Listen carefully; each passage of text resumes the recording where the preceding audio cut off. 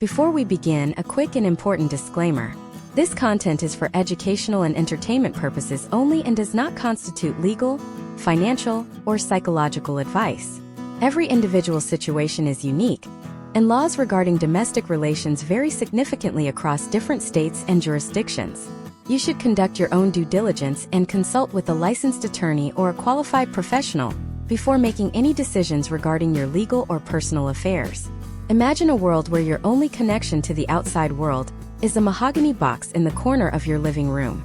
It is 1938, and while the headlines are dominated by the rumblings of war in Europe, millions of American women are gripped by a different kind of tension. They are leaning in, hands dusted with flour, listening to the crackle of a vacuum tube as a voice narrates the crumbling of a fictional marriage. But here is the shocking statistic that radio executives did not want you to know. These dramas were not just entertainment. They were the primary source of survival intelligence for the American housewife. Today, we are bridging a gap of nearly a century. We are peeling back the curtain on the golden age of American radio drama to understand how it shaped the female psyche, and simultaneously, we are providing a modern deep dive masterclass for women navigating the complexities of divorce in the 21st century. By the end of this series, you will understand the historical evolution of domestic narratives, and more importantly, you will be equipped with the educational framework to navigate the modern legal and financial landscape of marital dissolution. This is not just a history lesson. It is a roadmap for the modern woman who finds herself at a crossroads. To understand where we are going, we must first look at the foundations of the American radio drama. In the early 1920s, radio was a novelty, a plaything for hobbyists. However, by the 1930s, it had become the hearth of the American home. The radio drama emerged as a specific art form that relied entirely on the theater of the mind. Unlike film or theater, radio demanded a unique level of intimacy. The voice in the speaker was not just an actor, it was a guest in your kitchen. This intimacy allowed for the development of the soap opera, a term coined because these serials were sponsored by household giants like Procter & Gamble and Lever Brothers. These companies realized that the most loyal demographic in America was the domestic manager, the woman of the house. The architecture of these dramas was meticulously designed. Take, for example, the work of Irna Phillips, often cited as the queen of the soaps. Phillips understood that a successful drama required a hook that felt personal. She pioneered the use of the cliffhanger, ensuring that the audience would return the next day. In her seminal work, Painted Dreams, she explored the inner lives of women in a way that had never been seen in mainstream media.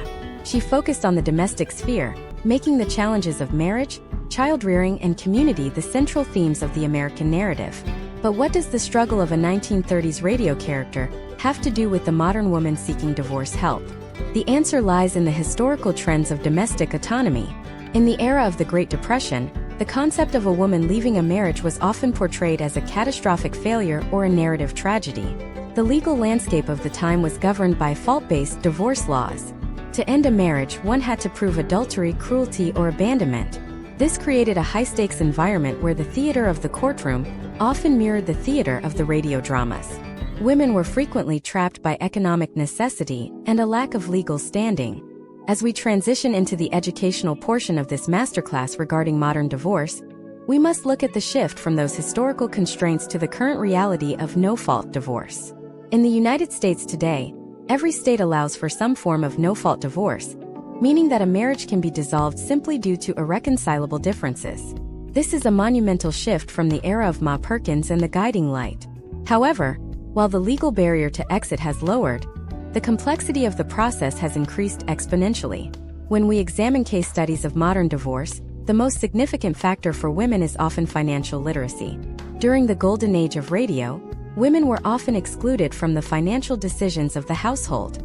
In many contemporary scenarios, we still see a knowledge gap, where one spouse manages the investments, mortgages, and long-term financial planning, while the other manages the daily operational expenses. This is where the modern deep dive begins. Understanding your potential outcomes in a divorce requires a granular audit of your household's economic structure. Step 1 in this masterclass is the discovery of assets. In a radio drama, the missing document or the hidden letter was a trope used to drive the plot. In a modern divorce, it is the reality of the marital estate. You must educate yourself on the difference between separate property and community property, or equitable distribution. Separate property typically includes assets brought into the marriage or inheritances received during the marriage, provided they were not commingled. Commingling occurs when separate funds are placed into a joint account or used to pay for a joint asset, such as a family home. The distinction between equitable distribution and community property is a vital educational point. In community property states, assets acquired during the marriage are generally split 50-50. In equitable distribution states, the court looks for a fair split, which does not always mean equal. Factors such as the length of the marriage, the age and health of the spouses, and the future earning capacity of each person are taken into account. Historically, radio dramas focused on the emotional betrayal. Today, the legal system focuses on the arithmetic of the future. Beyond the numbers, we must address the production value of your divorce. In the world of radio, Foley artists used everyday objects to create the illusion of reality. A pair of gloves slapped together sounded like a bird taking flight. A piece of cellophane crinkled sounded like a roaring fire. In the context of divorce help for women, you must be wary of emotional Foley. This is the noise created by the high-stress environment that distracts you from the legal reality. Many women feel the need to win the narrative of the divorce, much like the protagonist of a serial drama. However, the goal of a modern dissolution is not a narrative victory. It is a sustainable transition. This involves understanding the three main pathways: litigation, mediation, and collaborative divorce. Litigation is the high-stakes drama we see on television. It involves discovery, depositions, and a judge making final decisions. It is often the most expensive and time-consuming route. Mediation, conversely, involves a neutral third party who helps the couple reach a voluntary agreement. This is often more cost-effective and allows for more creative solutions that a judge might not have the authority to implement. Collaborative divorce involves a team of professionals, lawyers, financial neutrals, and divorce coaches who commit to staying out of court to reach a settlement. Historical trends show that women who engage in mediation or collaborative processes often report higher levels of long-term satisfaction and lower levels of post-divorce conflict. This is partly because these processes allow for a narrative shift from being a victim of circumstances to being an architect of a new life. In the radio dramas of the 1940s, the characters were often at the mercy of the scriptwriter.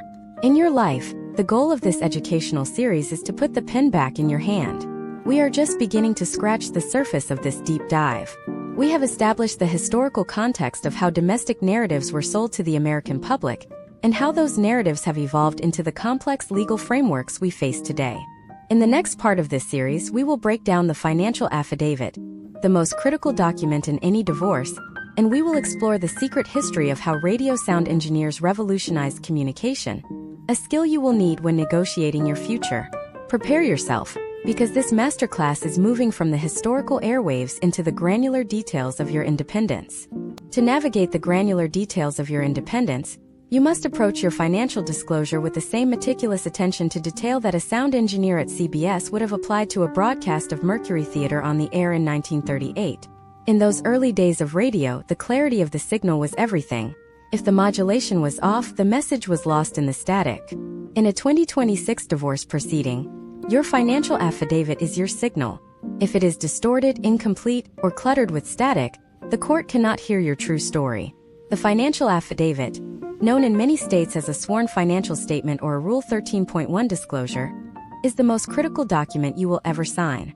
It is a comprehensive snapshot of your financial life, and in the high-stakes environment of a U.S. courtroom, it serves as the script for your entire case. Historically, we have seen cases where a single omission on this document led to a complete loss of credibility. Imagine if Orson Welles had forgotten to include the sound of the cylinder unscrewing in The War of the Worlds. The immersion would have been broken. Similarly, if you fail to disclose a retirement account or a credit card debt, the immersion of your legal narrative is shattered, and the potential outcomes for your settlement could be severely compromised. Let us look at a case study from early 2026.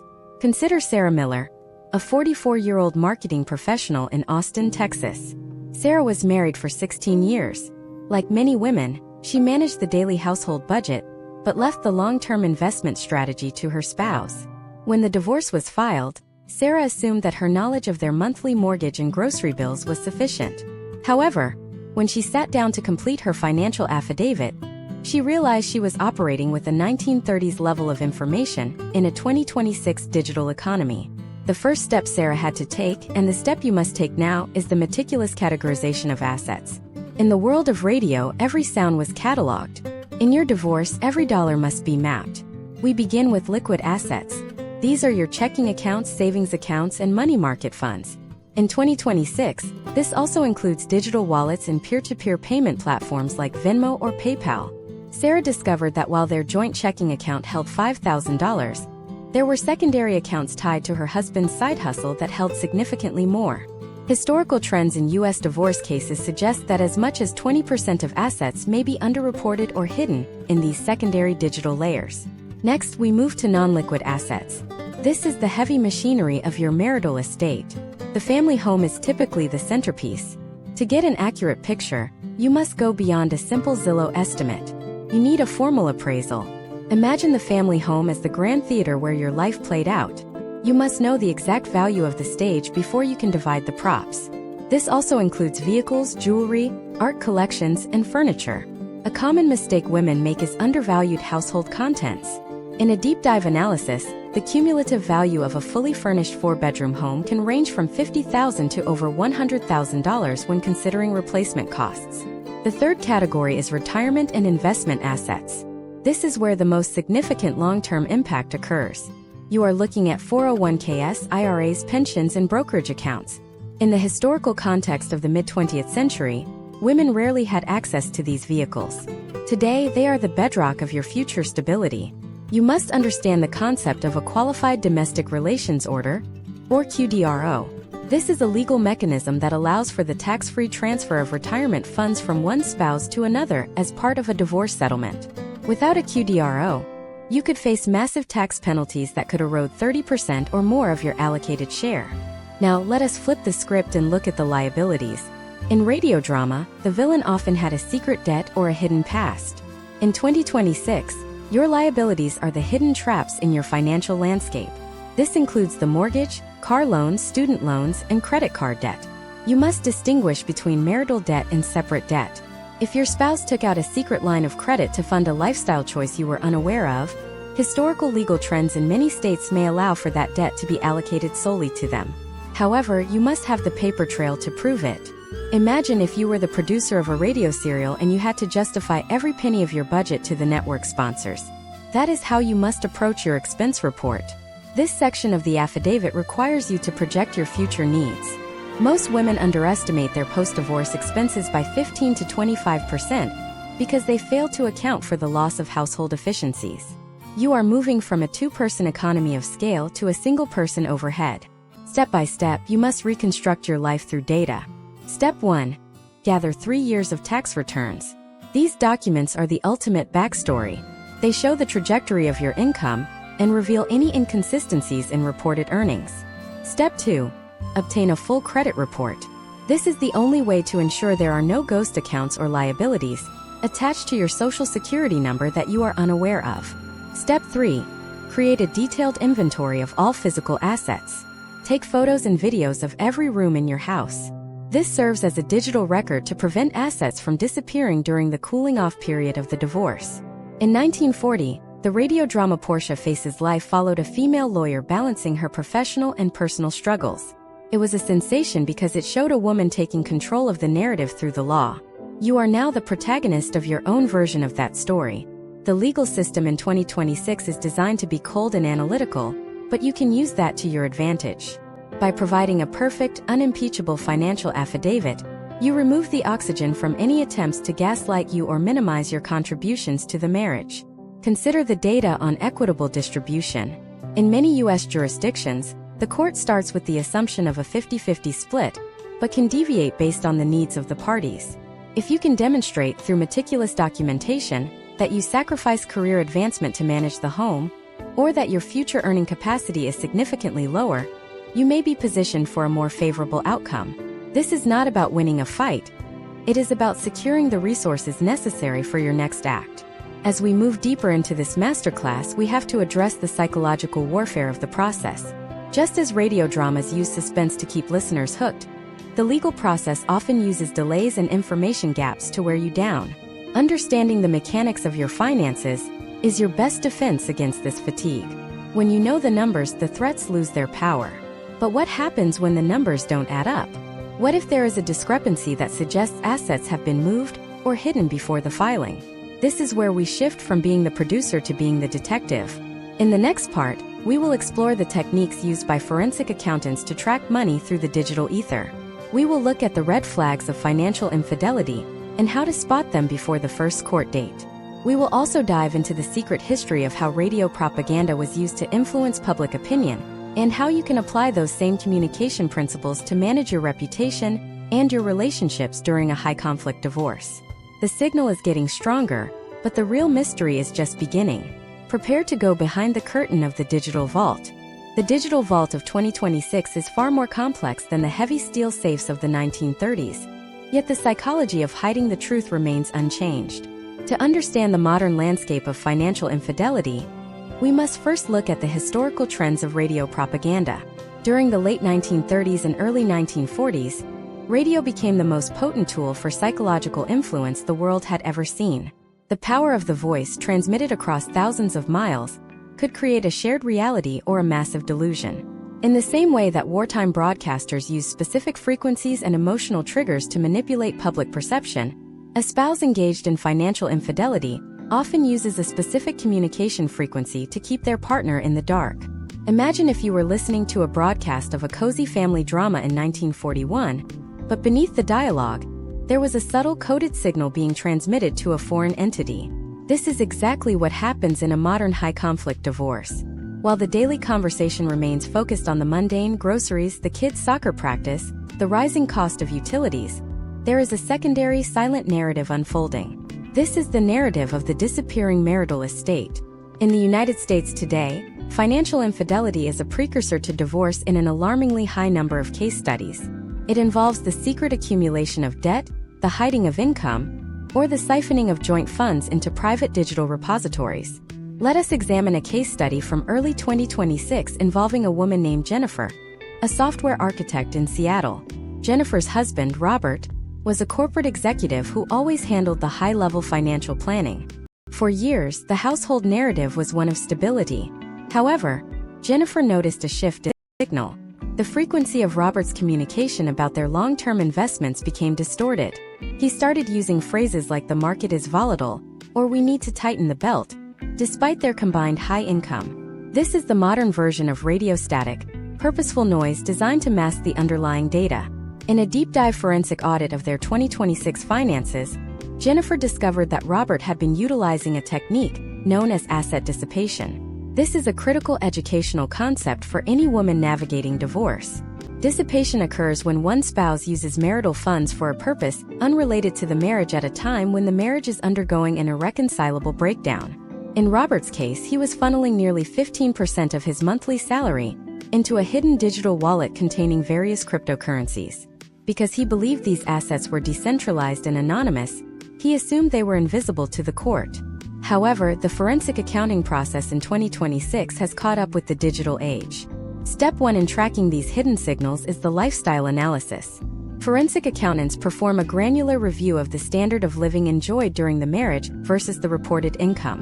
If the math does not square, if the family is living a $100,000 lifestyle on an $80,000 reported income, the missing $20,000 is a red flag that points toward hidden accounts or unreported earnings. Historically, radio engineers use triangulation to find the source of a rogue transmission. Modern forensic auditors use bank statement triangulation to find the source of hidden wealth. Step 2 involves scrubbing tax returns for Schedule C or Schedule E inconsistencies. In Jennifer's case, the forensic auditor noticed that Robert had filed for an extension on his taxes for 3 consecutive years, a common tactic used to delay the discovery of income. They also looked for overpayments to the IRS. A spouse might intentionally overpay their estimated taxes during a divorce year, effectively using the U.S. government as a temporary holding vault for marital funds, only to collect a massive refund after the divorce decree is finalized. This is a sophisticated form of financial propaganda, making the estate look smaller than it actually is. While the financial detective work unfolds, you must also manage the reputation drama. This brings us back to the golden age of radio and the concept of the fireside chat. President Franklin D. Roosevelt understood that in times of crisis, the person who controls the airwaves controls the outcome. He spoke with a calm, authoritative tone that bypassed the panic of the Great Depression. In a divorce, you are in a similar crisis of communication.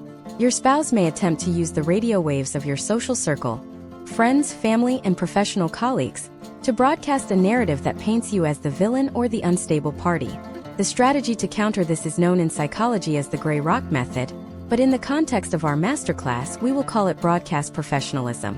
When a radio station loses its main transmitter, it switches to a low-power backup. It doesn't scream into the void. It maintains a steady, neutral signal. When dealing with a high-conflict spouse, every emotional reaction you give is fuel for their broadcast. By remaining neutral, factual, and brief, you become a boring target. You stop providing the content for their drama. Historical trends show that women who maintain a high level of communication discipline during the initial phases of a divorce are significantly more likely to achieve favorable potential outcomes in custody and mediation. This is because judges and mediators are trained to look for the high-conflict personality.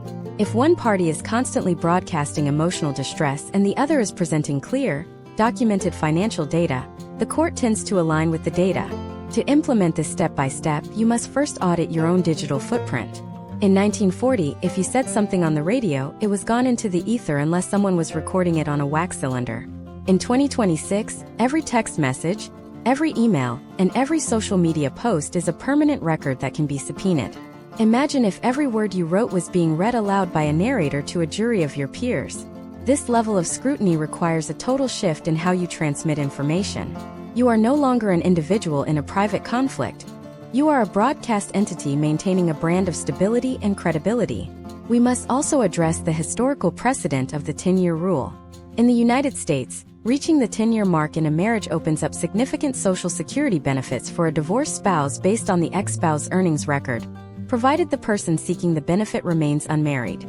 This is a legacy of an era when the government recognized the economic contribution of the domestic sphere. Many women are unaware of this threshold and may settle a divorce at the 9-year and 11-month mark, effectively broadcasting away their future security. Understanding these historical legal milestones is as crucial as understanding the technical specs of a radio tower. As we conclude this segment of our deep dive, we have moved from the broad history of radio to the microscopic tracking of digital assets and the psychological warfare of reputation management. You now understand that your divorce is not just a legal process. It is a battle for the narrative and the data. You have the tools to begin your own lifestyle analysis and the historical perspective to see through the propaganda of a high-conflict spouse. But what happens when the conflict moves from the bank accounts to the children? In the era of radio, children's programming like Little Orphan Annie was used to sell everything from Ovaltine to a specific vision of American morality. In the next part of this masterclass, we are going to look at the dark side of that influence: parental alienation and the history of how media shaped the American concept of motherhood. We will dive into the educational framework of custody evaluations and how to protect your children from becoming the sound effects in a parental war. We will also explore the secret archives of radio censorship and how it mirrors the gag orders often found in high-profile divorce settlements. The script is being written, but who is holding the microphone? The next frequency we tune into will be the most critical one yet. The frequency we are tuning into now is the most sensitive one in the history of American broadcasting and domestic law: the voice of the child. In the 1930s and 40s, children were the most captive audience for radio sponsors. Programs like Little Orphan Annie and Captain Midnight weren't just stories. They were delivery systems for a specific brand of American morality. Annie, with her secret decoder rings and her unwavering loyalty to Daddy Warbucks, taught a generation of children that family was a narrative defined by protection and duty. But beneath that wholesome broadcast lay a rigid expectation of what a mother should be. Radio dramas of that era, such as The Aldrich Family, reinforced the concept of the domestic sphere as a sanitized, conflict-free zone where the mother was the moral compass. However, the reality for women in the 2026 legal landscape is far removed from that sanitized broadcast. When a marriage dissolves today, the children often find themselves caught in the crossfire of what psychologists call the theater of conflict. To understand how to protect your children, we must first look at the historical trends of custody law. For decades, the United States operated under the tender years doctrine. This was a legal presumption that during a child's young formative years, the mother was the naturally superior caregiver. It mirrored the radio narratives of the time, which placed the mother at the center of the emotional home. But by the late 20th century, This shifted toward the best interests of the child standard, which is the cornerstone of every custody battle you will face in 2026. This standard is not a vague feeling. It is a rigorous data-driven analysis used by the court. Imagine if a radio station's license renewal depended on a 1,000-page audit of every second of airtime. That is what a modern custody evaluation feels like. Step 1 in this masterclass is understanding the role of the guardian ad litem, or a court-appointed custody evaluator. In 2026, these professionals act as the forensic historians of your parenting. They are looking for several key markers: the emotional ties between the parent and child, the capacity of the parent to provide food, clothing, and medical care, and most importantly, the mental and physical health of all parties involved. Let us look at a case study from early 2026 involving Amanda, a graphic designer in Chicago. Amanda was facing a high-conflict divorce where her spouse was utilizing a modern form of psychological warfare: digital alienation. In the 1940s, parental alienation was rarely discussed, but today, it is a primary factor in custody litigation. Amanda's husband was using the children's shared gaming servers and messaging apps to broadcast a narrative that Amanda was the reason for the family's financial stress. He was, in effect, hijacking the children's primary communication frequency. For Amanda, the potential outcomes looked bleak until she began the process of documentation. This is step 2, the broadcast log. Just as a radio station must keep a record of everything it airs, you must keep a meticulous, neutral log of your interactions. This is not a diary of your feelings. It is a record of facts. If a scheduled pickup is missed, log it. If a child returns from a visit with high anxiety or reporting specific disparaging comments, log it. Amanda used a court-approved parenting app, which in 2026 is often mandated in high-conflict cases to ensure that all communication is transparent and admissible as evidence. Now, we must bridge this to the history of radio censorship. The Federal Communications Commission, or FCC, was established to ensure that the airwaves served the public interest, convenience, and necessity. They had the power to censor content that was deemed indecent or harmful. In a 2026 divorce, the judge acts as your own personal FCC. This often manifests in the form of non-disparagement clauses. These are legal gag orders that prohibit both parents from speaking negatively about each other in front of the children or on social media. Historically, censorship was seen as a restriction of freedom, but in the context of divorce, it is a protective shield for the child's psychological development. Imagine if a radio drama suddenly broke character to insult the sponsors or the producers. The illusion would be shattered, and the audience would be left in a state of confusion. When a parent disparages the other, they are breaking the character of the stable caregiver. Case studies in 2026 show that children who are exposed to parental disparagement suffer from higher rates of long-term depression and academic failure. The court views the parent who can stay in character, the one who can remain professional and supportive of the child's relationship with the other parent, as the more fit custodian. This is known as the friendly parent provision, a legal historical trend where the court favors the parent most likely to foster a relationship with the other party. But what happens when the other parent is truly dangerous or dysfunctional?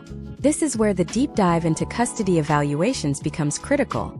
A 730 evaluation, as it is known in some jurisdictions, involves psychological testing like the MMPI-3. These tests are designed to catch defensiveness and personality disorders.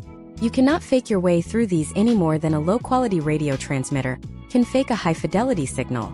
The data will eventually reveal the truth. To prepare, you must be honest, consistent, and focused entirely on the child's needs rather than your own grievances. Another layer of this masterclass involves the evolution of the homemaker's value. In the golden age of radio, the mother's work was invisible yet essential. In 2026, we see a trend where courts are increasingly recognizing the concept of the primary caretaker. If you were the one who managed the doctor's appointments, the school meetings, and the daily routines while your spouse focused on their career, the historical data of your involvement becomes your strongest asset. You are the showrunner of the child's life, and the court is loath to cancel a successful show. However, be warned.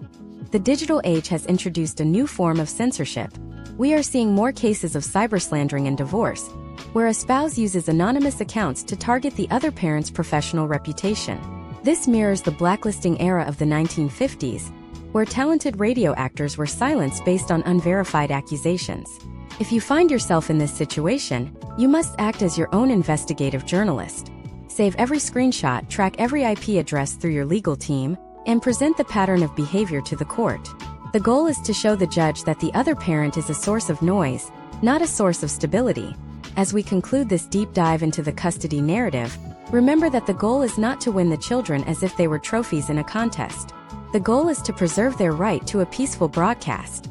You are the engineer of their environment. By mastering the documentation, understanding the evaluation process, and adhering to the non-disparagement orders, you ensure that their signal remains clear even as yours is undergoing a major transition. But the financial and emotional stakes are about to get even higher. In the next part, we are going to look at the invisible economy of the household. We will dive into the history of alimony, once known as the Silver Bridge to Independence, and how it has evolved into the complex spousal support laws of 2026.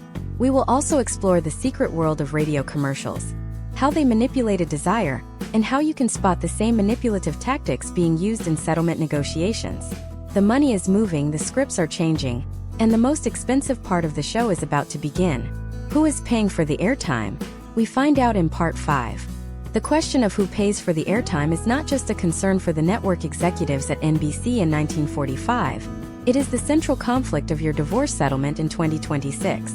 In the golden age of radio, the sponsors held the power. If a soap opera like The Romance of Helen Trent wanted to stay on the air, it had to keep the makers of Wheaties or Oxydol happy. These sponsors weren't just paying for the minutes, they were buying the right to influence the domestic narrative. In your life, the cost of the airtime is represented by spousal support, historically known as alimony. And just like those old radio contracts, the terms of who pays whom, and for how long will dictate the quality of your next act. To understand the 2026 landscape of spousal support, we have to look at the historical trends that brought us here. For decades, alimony was seen as a permanent bridge. If a marriage ended, the higher-earning spouse, almost always the husband, paid the other for life or until they remarried. It was a societal acknowledgement of the invisible economy of the household. Radio dramas of the time, such as Stella Dallas, often featured women who made incredible sacrifices for their families, usually ending in a narrative that emphasized their noble suffering. But the law has moved away from noble suffering and toward economic rehabilitation. In 2026, the potential outcomes for spousal support are dictated by three main categories: temporary, rehabilitative, and durational. Permanent alimony is becoming a relic of the past. Much like the live studio orchestra, temporary support is designed to keep you afloat during the legal proceedings, essentially keeping the lights on while the script is being written. Rehabilitative support is the most common form today. It is intended to provide funds for a specific period while you gain the education or training necessary to become self-sufficient. Durational support is often tied to the length of the marriage, providing a buffer for a set number of years. Imagine if you were a character like Linda, a 52-year-old woman in suburban Virginia. Linda spent 24 years as the primary caretaker, while her husband climbed the corporate ladder in the tech sector. In 1946, Linda would have likely received permanent support. In 2026, the court looks at her as a dormant asset. The legal system asks, what is Linda's earning capacity? This is where the masterclass takes a technical turn. You must prepare for the vocational evaluation. Just as a radio producer might audition a voice to see if it fits a role, the court may hire a vocational expert to audition your resume. This expert will analyze your past work history, your educational background, and the current 2026 labor market to determine what you could theoretically earn. If you have been out of the workforce for 20 years, they might suggest that with a 6-month certification, you could earn $60,000 a year.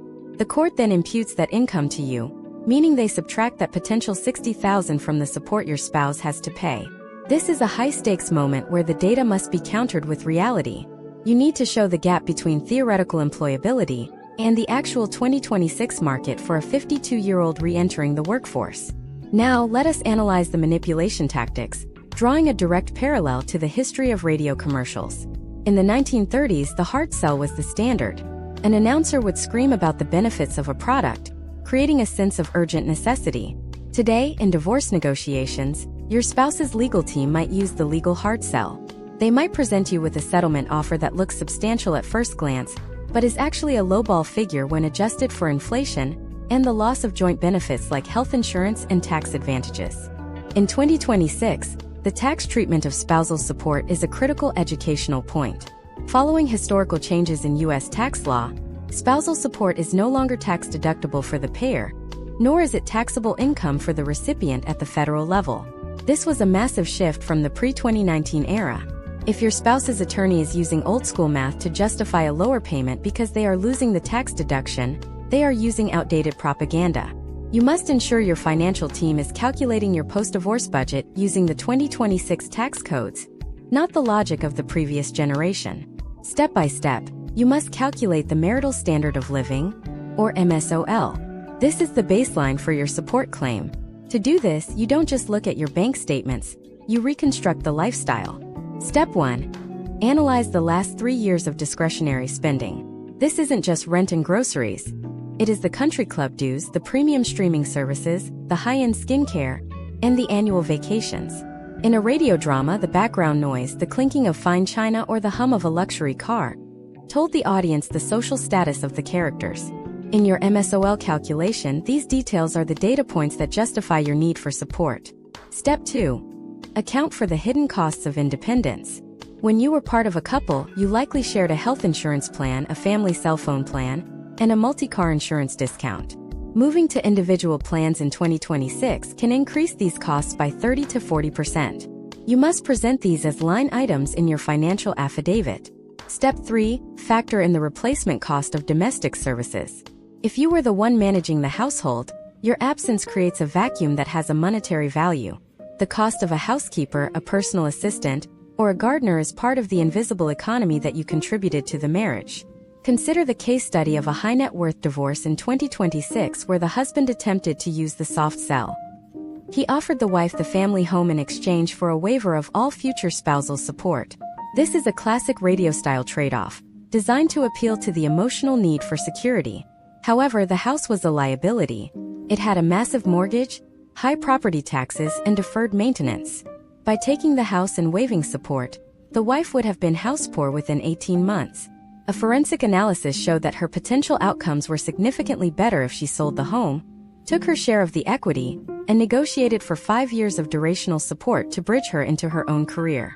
The lesson here is that in the theater of divorce, the most attractive prop is often the most dangerous. You have to look past the set design and into the budget of the production. Your goal is to secure a settlement that covers your needs while you build your own transmitter. This requires a level of financial literacy that many women were historically discouraged from attaining. But as we have seen through the history of American radio, the women who took control of the microphone, the Erna Phillipses and the Portia Blakes, were the ones who defined their own destinies.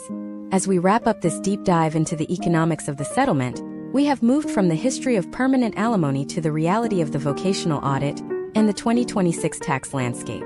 You now know how to spot a lowball offer disguised as a soft sell, and how to document your marital standard of living with forensic precision. You are no longer just a listener, you are starting to understand how the broadcast is funded. But as any radio veteran will tell you, a great script and a solid sponsor are useless if you don't have the right voice to deliver the message. In the next part of this masterclass, we are diving into the world of legal representation. We will look at the history of the celebrity lawyer and how to choose a legal advocate who fits your specific frequency. We will also explore the secret strategies for managing your legal fees, so you don't spend your entire settlement on the production costs of the trial. The drama is moving into the courtroom, and the casting call is about to begin. Who will speak for you when the red light goes on? We find out in part 6. The red light is on, and in the high-stakes theater of a 2026 divorce, the person sitting at the microphone next to you is your legal advocate. To understand how to cast this role, we must look back at the most famous legal voice in the history of American broadcasting, Perry Mason. Long before he was a television icon, Perry Mason was a staple of CBS radio, premiering in 1943. For 15 minutes a day, listeners were captivated by a lawyer who used his voice as a weapon of precision, logic, and unwavering authority. He represented the archetype of the hero lawyer, the man who could solve any mystery and win any case with a dramatic flourish in the final act. But here is the reality of the 2026 legal landscape. If your lawyer is treating your divorce like a 1940s radio drama, you are likely headed for a financial disaster. In the modern era, the bulldog attorney who screams and pounds the table is often the most expensive and least effective casting choice you can make. Historical trends in U.S. family law show that high-conflict litigation strategies often lead to a depletion of marital assets by as much as 40 to 60% before a final decree is even reached. Today, the most effective advocate is not a performer. They are a master of data, a skilled negotiator, and a pragmatic strategist. Imagine if you were Maria, a 48-year-old nurse in Miami, Florida. When Maria first realized her marriage was ending in early 2026, she was filled with a sense of betrayal. She wanted a lawyer who would fight, someone who would act as her personal sword and shield. She hired a high-priced litigator known for a scorched earth policy. This attorney, much like a radio announcer from the era of the hard sell, promised to take the spouse to the cleaners. However, 3 months into the process, Maria had spent $30,000 on a retainer that was already exhausted, and she was no closer to a settlement. The only thing her bulldog lawyer had achieved was a series of aggressive letters that increased the hostility and ensured that every minor disagreement turned into a 5-hour legal bill. The first step in this part of our masterclass is the vetting process. You are the executive producer of your divorce, and you are conducting a casting call. You must interview at least 3 attorneys before signing a retainer agreement. In 2026, you should look for specific markers of competency that go beyond their billboard or their social media presence. Step 1. Ask about their experience with your specific judge in your specific county. In the world of radio, every station had its own frequency and its own culture. In the legal world, every courtroom has its own unspoken rules. An attorney who knows the preferences of the presiding judge can navigate the process more efficiently, potentially leading to better outcomes in a shorter time frame. Step 2. Demand a transparent fee structure. In the 1930s, radio advertising rates were often shrouded in mystery, negotiated behind closed doors. In your divorce, you need clarity. Ask for a sample billing statement. Does the firm charge in 6-minute increments or 15-minute increments? Do they bill you for the time it takes their secretary to file a document? In 2026, many forward-thinking firms are moving away from the billable hour for certain tasks and offering flat fee packages for mediation or uncontested filings. This is the legal version of a subscription model, providing you with cost certainty in an uncertain time. Step 3. Understand the role of the support staff. Just as a radio show relied on Foley artists to create the sound of a rainstorm or a car crash, a law firm relies on paralegals and junior associates to do the heavy lifting of document preparation. If your lead attorney is charging $500 an hour to scan bank statements, you are being overcharged. A well-run firm will utilize lower-cost staff for administrative tasks, ensuring that your retainer is preserved for the high-level strategic work that only the lead attorney can perform. Historical trends show that the most successful divorces for women are those where the legal team operates with a collaborative mindset. This doesn't mean being weak, it means being surgical. Consider the case study of Sarah, who we discussed earlier. After her initial financial audit, she hired a lawyer who specialized in collaborative practice. Instead of filing aggressive motions, this lawyer proposed a 4-way meeting with the spouse and their attorney. They utilized a joint neutral financial expert to divide the assets. The potential outcomes for Sarah were significantly better because she avoided the high production costs of a trial. She saved nearly $40,000 in legal fees, which she was then able to put toward her children's college fund. This brings us to the concept of the evergreen retainer. In 2026, this is a common legal requirement. It means you must maintain a certain balance in your lawyer's trust account at all times. If the balance drops below a specific threshold, you are required to top it up immediately. This is designed to ensure the lawyer is always paid, but for a woman on a tight budget, it can be a source of immense stress. You must manage your legal communication like a professional broadcast. Do not call your lawyer to vent about your spouse's behavior. Every time you pick up the phone, the meter is running. Save your emotional processing for a therapist or a divorce coach, whose hourly rates are typically much lower and whose expertise is actually suited for that task. Another critical educational point is the difference between a litigator and a mediator. In the golden age of radio, the narrator provided the context and the bridge between scenes. A mediator does the same in a divorce. They do not represent either side. They represent the deal. In 2026, many states now require parties to attempt mediation before they are even allowed to schedule a trial date. This is a massive shift from the historical adversarial system. By entering mediation with a clear understanding of your data and your non-negotiables, you can often write your own ending to the story, rather than letting a judge decide it for you. Imagine if the script for your life was being written by someone who had only seen a 10-minute highlight reel of your 20-year marriage. That is what happens when you go to trial. A judge, no matter how experienced, can never truly understand the nuances of your domestic economy or your parenting style. They make decisions based on the law and the limited evidence presented in a pressured environment. Mediation allows for creative solutions that the law cannot provide, such as a specific schedule for the family dog or a unique way to split the seasonal property that respects both parties' emotional ties. As we conclude this segment on legal representation, you should feel empowered to take the director's chair. You are not a passive participant in a drama. You are the one signing the checks and making the final decisions. By choosing an advocate who prioritizes strategy over spectacle, and by managing your legal fees with the precision of a network accountant, you are ensuring that your next act is funded and secure. But even with the best lawyer and a solid financial plan, there is one element of the 2026 divorce that remains the most elusive and potentially the most dangerous: the smoking gun. In the classic radio mysteries of the 1940s, the plot always turned on a single piece of evidence: a recorded conversation, a hidden letter, or a fingerprint on a glass. In the digital age, the smoking gun has evolved into something much more complex. In the next part of this masterclass, we are going to explore the world of digital forensics. We will look at how deleted texts, hidden location data, and social media archives are being used to swing the scales of justice. We will also dive into the history of radio surveillance during the Cold War, and how those same principles are being used in domestic disputes today. The evidence is out there, hidden in the cloud, and we are about to learn how to find it. The signal is clear, but what is hidden in the noise? We find out in Part 7. The digital shadow you leave behind in 2026 is far more enduring than the fleeting radio waves of the 1940s, yet it carries the same weight of truth that once sat in a physical evidence locker. To master the art of digital forensics in a modern divorce, we must first travel back to the height of the Cold War and the era of signals intelligence. During the 1950s, the United States government refined the art of electronic eavesdropping, using sophisticated radio intercept stations to pluck coded messages right out of the air. Radio dramas of that time, like The Shadow or Suspense, frequently used the concept of the hidden recording or the intercepted telegram as the ultimate narrative pivot. The audience understood that once a voice was captured on a wire or a wax cylinder, the mystery was over. The recording was the unimpeachable witness. In 2026, the unimpeachable witness is not a wax cylinder. It is metadata. Metadata is the data about your data. It is the silent narrator that accompanies every digital transmission you make. When a spouse sends a text message claiming they are working late at the office, the message itself is the broadcast, but the metadata is the signal.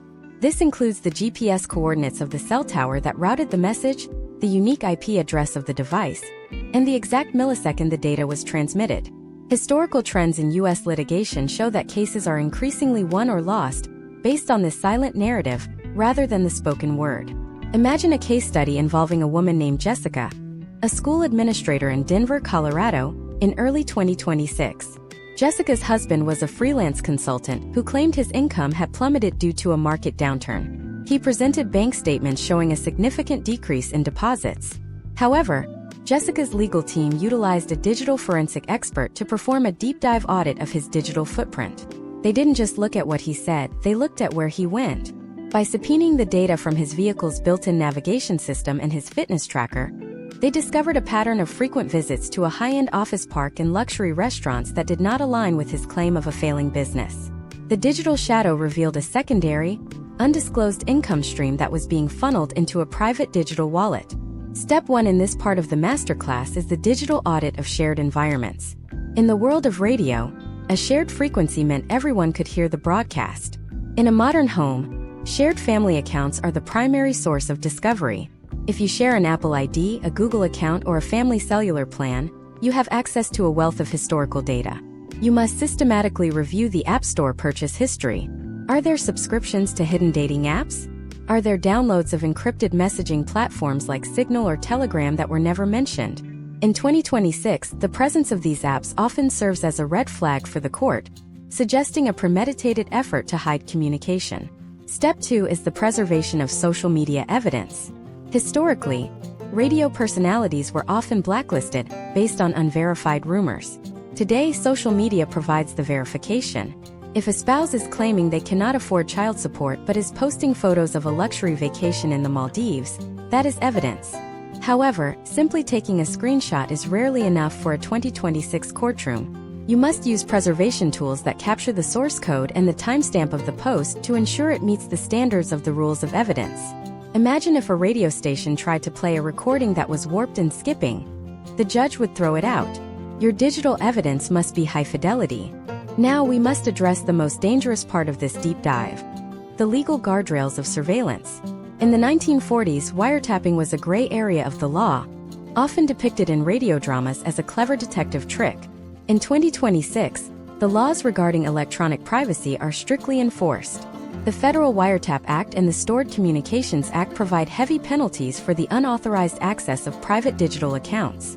If you install spyware on your spouse's phone or guess their private password to read their emails without consent, you are not just risking your divorce settlement, you are risking criminal prosecution. This is the fruit of the poisonous tree doctrine. Any evidence you gather illegally is inadmissible in court and can be used to paint you as a high conflict or even a criminal actor. Historical trends in U.S. divorce cases suggest that the most effective way to use digital forensics is through the formal discovery process.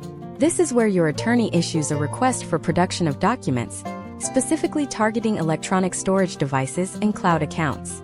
This shifts the burden to the other spouse to provide the data under penalty of perjury. If they delete the data after the discovery request is issued, they are guilty of spoliation of evidence. In a 2026 courtroom, the judge can issue an adverse inference instruction, meaning they will assume the deleted data contain the worst possible information for the person who deleted it. This is the digital version of a radio silence that speaks louder than words. Consider the case study of Ellen, who we mentioned earlier. Ellen suspected her husband was hiding assets in cryptocurrency. Instead of trying to hack his computer, her forensic team tracked the public blockchain ledgers. Every time he moved funds from a known joint account to a crypto exchange, it left a digital breadcrumb. By the time they reached the mediation table, Ellen's team had a complete map of his hidden wealth. The potential outcomes for Ellen shifted from a modest settlement to a multi-million-dollar distribution, all because they focused on the signal rather than the noise. Another critical educational point is the concept of forensic imaging. This is when a professional makes a bit-for-bit copy of a hard drive or a mobile device.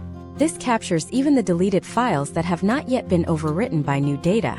In the history of radio, a deleted segment was gone forever once the tape was cut.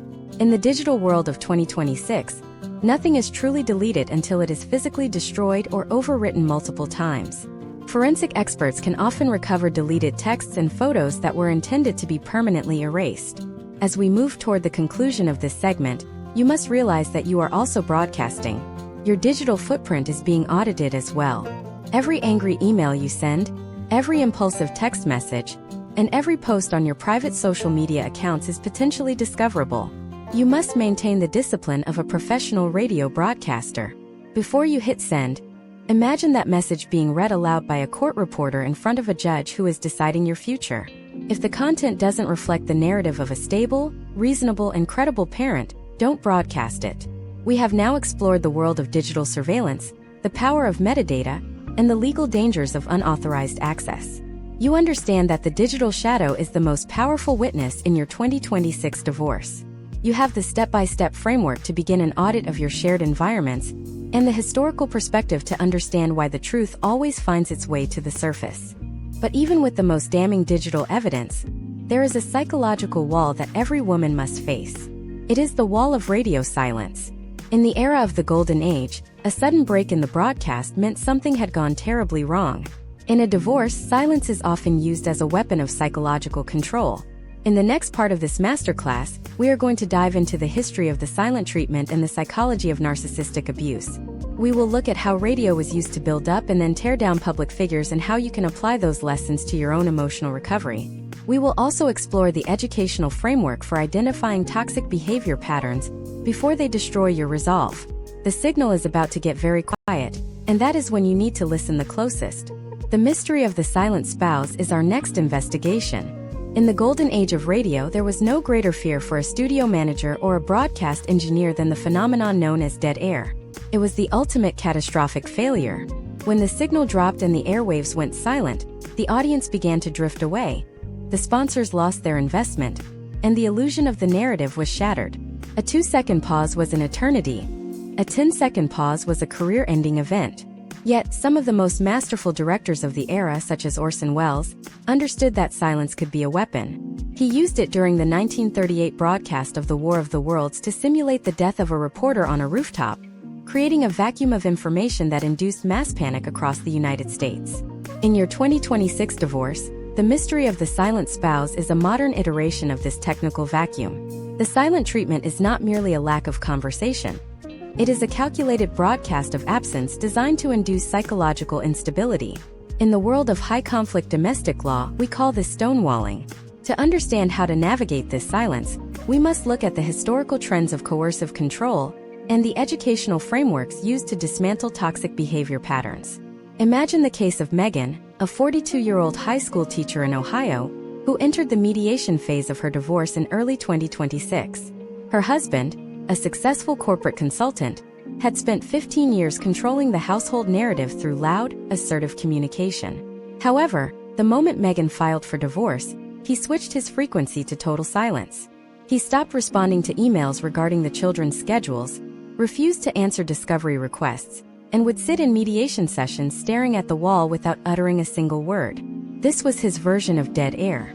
For Megan, the silence was more exhausting than the shouting had ever been. It created an open loop in her mind, forcing her to fill the vacuum with her own anxieties and worst-case scenarios. This is the primary goal of the silent treatment in a legal context, to wear down the opponent's resolve by making the process as slow and agonizing as possible. Historical trends in U.S. family law indicate that stonewalling can increase the duration of a divorce by 30 to 50%, significantly inflating legal fees and emotional fatigue. Step 1 in this part of the masterclass is the identification of the cycle of psychological propaganda. In the 1940s, propaganda wasn't always about what was said, it was often about what was omitted. You must learn to recognize the Darvo technique, a term coined in the late 20th century that remains highly relevant in 2026. Darvo stands for deny, attack, and reverse victim and offender. When a spouse is confronted with their behavior, they first deny the act, then attack the person who raised the issue, and finally claim that they are the one being victimized. In a radio drama, this would be a classic plot twist, but in your life it is a manipulation of the record. To counter this, you must implement the emergency emotional protocol. Just as a 1930s radio station had a backup generator and a pre-recorded emergency broadcast ready for a signal failure, you must have a preset response to silence. Step 1. Document the silence. In 2026, courts are increasingly recognizing stonewalling as a form of litigation misconduct. If your spouse refuses to communicate on essential matters like health insurance or school tuition, do not chase them. Send one clear, professional request via a court-approved parenting app or email, and then stop. The silence of the other party then becomes a documented data point of non-compliance. Step by step, you must build your psychological boundaries. This involves the transition from the interactive drama to the neutral broadcast. In Part 3, we touched on the gray rock method, but here we must expand on its technical application. To be a gray rock means to provide no emotional resonance for the other person to latch onto. If the silent spouse suddenly breaks their silence with the targeted attack, your response must be as boring and uninformative as a test pattern on a television screen. You provide short, factual answers. Yes. No. That is correct. I will check with my attorney. By refusing to provide the emotional content for their drama, you force them to either engage with the data or remain in the dead air, which eventually works against them in court. Consider the historical precedent of the character assassination. In the early days of radio, a single rumor whispered into a microphone could destroy a career before the sun went down. In a 2026 divorce, the silent spouse often uses their silence as a cover for a whisper campaign. While they are not talking to you, they are broadcasting a specific narrative to your mutual friends, your family, and even your children. This is the smear campaign, and it is a hallmark of narcissistic behavior patterns. The educational framework for dealing with a smear campaign is counterintuitive. You must not defend yourself. In the theater of the mind, the person who defends themselves often looks guilty to the audience. Instead, you must rely on the strength of your consistent signal. If you remain the stable, professional, and reliable parent while the other party is oscillating between silence and sabotage, the third-party observers, the teachers, the doctors, the mediators, will eventually see the discrepancy in the signals. Historical trends show that the truth in a high-conflict divorce is not discovered through a single dramatic revelation, but through the accumulation of consistent data over time. Imagine if you were a listener in 1944, trying to find a clear station during a thunderstorm. The static is loud, but if you keep the dial steady, the voice of the announcer eventually cuts through. Your credibility is that voice. In 2026, we see a rise in the use of AI-driven communication in divorces, where one party might use a chatbot to generate professional-sounding, but empty responses to legal inquiries. This is a new form of digital stonewalling. To combat this, your legal team must insist on verified, direct communication during depositions. We must also address the physiological impact of the dead air. Research in the mid-2020s has shown that the stress of navigating a high-conflict divorce with a narcissistic or stonewalling spouse can lead to symptoms similar to complex post-traumatic stress disorder. You are not just fighting for your bank account, you are fighting for your nervous system. This is where the educational tone is most vital. You must prioritize your mental hygiene as a strategic asset. A compromised witness is an ineffective witness. By utilizing therapeutic support and maintaining a strict communication diet, you ensure that your signal remains high fidelity when you finally have to take the stand or enter the final negotiation room. As we conclude this deep dive into the mystery of the silent spouse, you should recognize that silence is not a sign of your failure. It is a sign of their limited repertoire. They have run out of scripts, and they are hoping that the dead air will cause you to panic and surrender. But you are the engineer now. You know how to document the signal loss, how to maintain your own frequency, and how to wait for the storm to pass. But what happens when the silence finally breaks? What happens when the final act begins and the settlement papers are laid out on the table? In the history of radio, the series finale was always the most listened to event, where all the subplots were tied together and the future of the characters was revealed. In the next part of this masterclass, we are going to look at the final negotiation. We will dive into the history of the radio contract, the fine print that made or broke the stars, and how you can apply those same principles to your final divorce decree. We will explore the secret world of the non-disclosure agreement and the specific clauses you need to protect your future earnings and your privacy. The red light is still on, the studio is quiet, and the final script is about to be signed. Are you ready for the closing credits? We find out in Part 9. The final script of a radio series was never just a collection of lines. It was a binding legal architecture. When a show like the Jack Benny program or Amos and Andy reached its peak, the contracts governing those performances were hundreds of pages long, detailing everything from the ownership of the characters to the exact percentage of the advertising revenue the stars would receive. In the late 1940s, a seismic shift occurred in American broadcasting known as the Paley Raids. William S.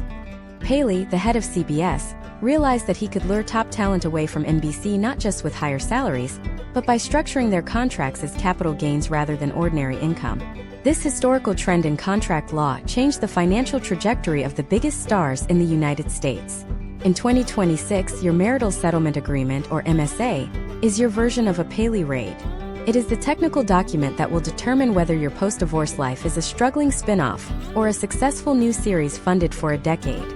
Imagine if you were a character named Barbara, a 50-year-old executive in Charlotte, North Carolina, in mid-2026. Barbara had spent the last 2 decades building a life and a portfolio with her spouse. As they entered the final negotiation room, the pressure to just get it over with was immense. This is a psychological trap that mirrors the exhaustion of a long radio season. Many women, feeling the fatigue of months of litigation, are tempted to sign whatever document is placed in front of them just to achieve silence. But in 2026, the potential outcomes of a poorly drafted MSA can haunt you for 20 years. You must approach the final negotiation as if you are the head of a major network protecting your intellectual property. The marital settlement agreement is the final broadcast of your marriage. It covers 4 primary pillars: division of assets, allocation of debts, spousal and child support, and the specific legal provisions that govern your future conduct. Step 1 in this masterclass is the technical review of the indemnification clause. In the history of radio, if a star made a controversial comment that led to a lawsuit, the contract determined who was liable for the damages. In your 2026 divorce, you must ensure you are indemnified against your spouse's past, present, and future tax liabilities. If the IRS audits a joint return from 3 years ago and finds a discrepancy in your spouse's business earnings, you could be held liable for the entire debt unless your MSA specifically states otherwise. This is the financial equivalent of a shield against a rogue broadcast. Next, we must look at the modern version of the morality clause. Historically, radio stars had clauses in their contracts that allowed the network to fire them if they engaged in behavior that brought public disrepute to the sponsor. In a 2026 divorce, this has evolved into the mutual non-disparagement and social media clause. This is not just a polite agreement to be nice. It is a legally enforceable restriction on the narratives you and your ex-spouse can broadcast to the world. A well-drafted clause will specify that neither party can post negative content about the other on any digital platform, including private groups or messaging apps. The potential outcomes of violating this clause can include significant financial penalties, or even a loss of custody time. You are protecting your brand, and in 2026, your brand is your reputation as a stable professional individual. Let us examine a case study involving the security of support payments. In the 1940s, if a sponsor went bankrupt, the radio show often went dark. In your divorce, if the person paying spousal or child support passes away or becomes disabled, the income stream vanishes. To prevent this, your MSA must include a life insurance provision. This requires the payer to maintain a life insurance policy with you as the irrevocable beneficiary for the duration of the support obligation. You must also demand the right to receive annual proof that the premiums have been paid. Without this, you are effectively a show with a sponsor that could disappear without notice, leaving you with the production costs and no revenue. Another critical educational point in 2026 is the division of intellectual property and future residuals. Consider the case of a woman named Karen, whose spouse was a high-level software developer. During the marriage, the spouse developed a piece of code that was later incorporated into a major tech platform. In a traditional 1930s mindset, that would be seen as the spouse's personal achievement. But in the 2026 legal framework, if that asset was created during the marriage, it is a marital asset. Just as radio actors fought for the rights to their recordings to be played in syndication, you must fight for your share of any future royalties, patents, or business valuations that were ceded during your union. This often involves a buyout or a structured percentage of future earnings, known as a Kowalski-style formula in some jurisdictions. Step by step, you must navigate the give and take of the negotiation table. This is where the historical principle of the anchor offer comes into play. In radio advertising negotiations, the first number mentioned often sets the tone for the entire deal. If your spouse's team opens with a lowball offer, they are trying to anchor your expectations in a basement. You must counter with a high-fidelity data-driven proposal that anchors the negotiation in reality. Step 1. Identify your must-haves versus your trade-offs. Maybe you are willing to give up a portion of the retirement account in exchange for full ownership of the family home's equity. Step 2. Utilize the concession gradient. Never give up a major point without getting something in return. If you agree to a lower monthly support payment, perhaps you negotiate for a longer duration or a lump sum payment upfront. Imagine the final walkthrough of the contract as the final dress rehearsal before the live broadcast. You must read every word of the MSA with your attorney. Do not assume that the verbal agreement you reached in mediation is exactly what is written on the page. We have seen historical trends where a single, and instead of an or, changed the entire meaning of a distribution clause. In 2026, you should also look for the sunset provision. This is a clause that specifies when certain obligations end, such as when the children reach a certain age, or when a specific debt is paid off. Clear boundaries prevent future litigation, which is the most expensive way to resolve a script error. As we reach the conclusion of this deep dive into the final negotiation, the weight of the document should feel like a solid foundation, not a burden. You have moved from the historical context of the Paley raids to the modern technicality of indemnification and life insurance security. You have learned how to protect your digital reputation and how to secure your share of the future residuals of your life's work. The paperwork is almost complete, and the judge's signature is the final signal that the old show is over. But once the papers are signed and the courtroom doors close, a new and perhaps more daunting phase begins. In the history of radio, the end of a long-running series was often a moment of profound identity crisis for the performers. What do you do when the script you followed for 20 years is suddenly gone? In the final part of this masterclass, we are going to look at the post-production of your life. We will explore the history of the comeback story in American media and the educational framework for rebuilding your financial and emotional independence in the first 12 months after the decree. The transition from a long-running radio series to the unexplored territory of a new medium is perhaps the most documented evolution in American media history. By the early 1950s, the voices that had dominated the airwaves for decades were faced with a choice: fade into the archives of nostalgia or adapt their frequency for a new era. When Lucille Ball moved from her radio show My Favorite Husband to the television phenomenon of I Love Lucy, she wasn't just changing formats. She was engaging in a massive rebranding of her professional identity and her economic structure. In 2026, as you hold your signed divorce decree, you are standing in that same transitional space. The old script has reached its series finale, and you are now the executive producer of your own comeback story. To ensure this new season is a success, you must master the post-production of your divorce with the same technical precision you applied to the litigation. The first 12 months after a divorce are known in historical trends as the stabilization phase. This is where the theoretical agreements of the courtroom become the practical realities of your daily life. Imagine if a radio station signed a new contract but never bothered to update its transmitter or notify the FCC of its new ownership. The station would effectively be broadcasting into a void. In 2026, your first step in post-production is the retitling of assets. This is the technical execution of your marital settlement agreement. Step 1. The quitclaim deed. If you were awarded the family home, you must ensure the deed is recorded in your name alone at the county recorder's office. Historical data shows that many women neglect this step, only to face legal hurdles years later when they try to sell the property or refinance. Step 2. The Qualified Domestic Relations Order, or QDRO execution. We discussed this earlier as a legal mechanism, but in the post-divorce phase it becomes a logistical task. You must follow up with the plan administrator of the retirement accounts to ensure the funds are actually moved into your separate account. In the 2026 digital economy, this often involves a multi-factor authentication process and a specific timeline. If you miss the window for the transfer, you may lose out on market gains that occurred during the lag time. Imagine if a radio star was promised a percentage of residuals, but forgot to provide the studio with their new bank account information. The money is there, but it isn't working for you until it is in your control.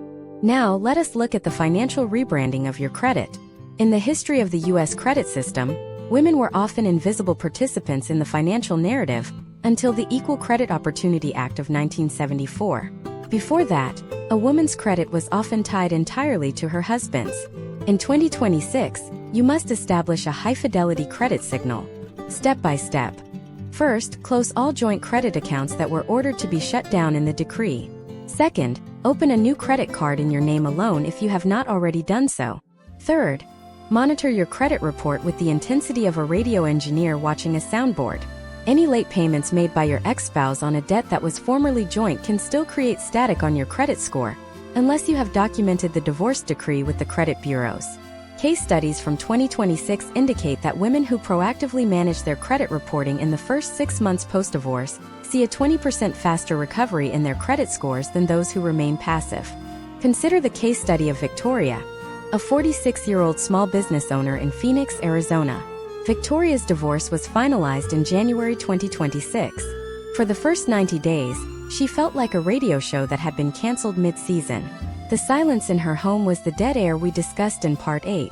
To navigate this, Victoria treated her first year as a pilot season for her new life. She didn't make any major, impulsive financial moves. No new car, no massive home renovations. Instead, she focused on her cash flow. She utilized a high-yield savings account to house her portion of the liquid assets, ensuring her emergency fund was robust enough to handle the transition from a dual-income household to a single-earning entity. By focusing on the data of her daily expenses, she regained a sense of agency that the litigation had stripped away. We must also address the psychological frequency of your new community. In the golden age of radio, the listener's loyalty was to the program. When a show ended, the audience often felt a sense of loss. In your life, your social circle may undergo a similar shift. Historical trends show that a divorce often acts as a filter for your relationships. Some friends will stay tuned to your frequency, while others will drift toward the ex-spouse broadcast. This is a natural part of the rebranding process. You are building a new network of supporters who see you as the individual you have become, not the character you played in your marriage. This includes professional advisors, mentors, and friends who align with your 2026 goals. Step by step, you must also update your legacy. This is the final signal you send to the future. Step 1. Update your will and your healthcare power of attorney. In 1940, a woman's estate was often a simple matter. But in 2026, your digital legacy, your intellectual property, and your assets require a sophisticated estate plan. You do not want your ex-spouse to remain the beneficiary of your life insurance or the person making medical decisions for you in an emergency. Step 2. Set up new educational savings accounts for your children if the old ones were liquidated or divided. You are the architect of their stability, and by showing them a parent who is financially organized and emotionally grounded, you are teaching them the most valuable lesson of all: how to thrive after a crisis. Imagine if the history of American radio had stopped when television was invented. We would have missed out on the evolution of FM, the rise of podcasting, and the digital streaming revolution. The end of the radio drama wasn't the end of the story. It was the beginning of a multi-platform explosion of content. Your divorce is your transition to FM. The signal is clearer, the reach is wider, and the content is entirely under your control. The potential outcomes of this transition are limited only by your willingness to master the technical details and stay consistent in your broadcast.